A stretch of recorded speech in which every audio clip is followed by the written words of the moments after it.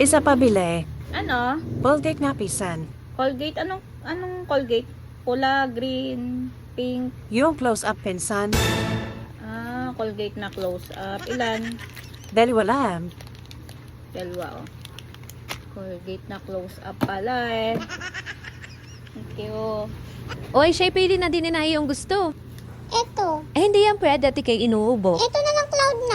Eh, hindi yan pwede, sasakatang yung ngipin. Ito na lang. Hindi nga pwede ang matamis. Pumili ka ng iba. Hindi man pati nakakabusog Ano yan. namang mag-inang arikat na Aling hamsa ang bilhin mo? Pipiliin, hindi naman iwiwili ang gusto. Dalian mo ang pili at puula na. Ito, bili mo ako squishy. Anong squishy? Yung nakakabusog. Ala, gusto ko nga nito. Kaya ayaw kitang isama din kung ano-anong itinuturo mo. Tara na, uwi na tayo o hindi ka pipili ng iba.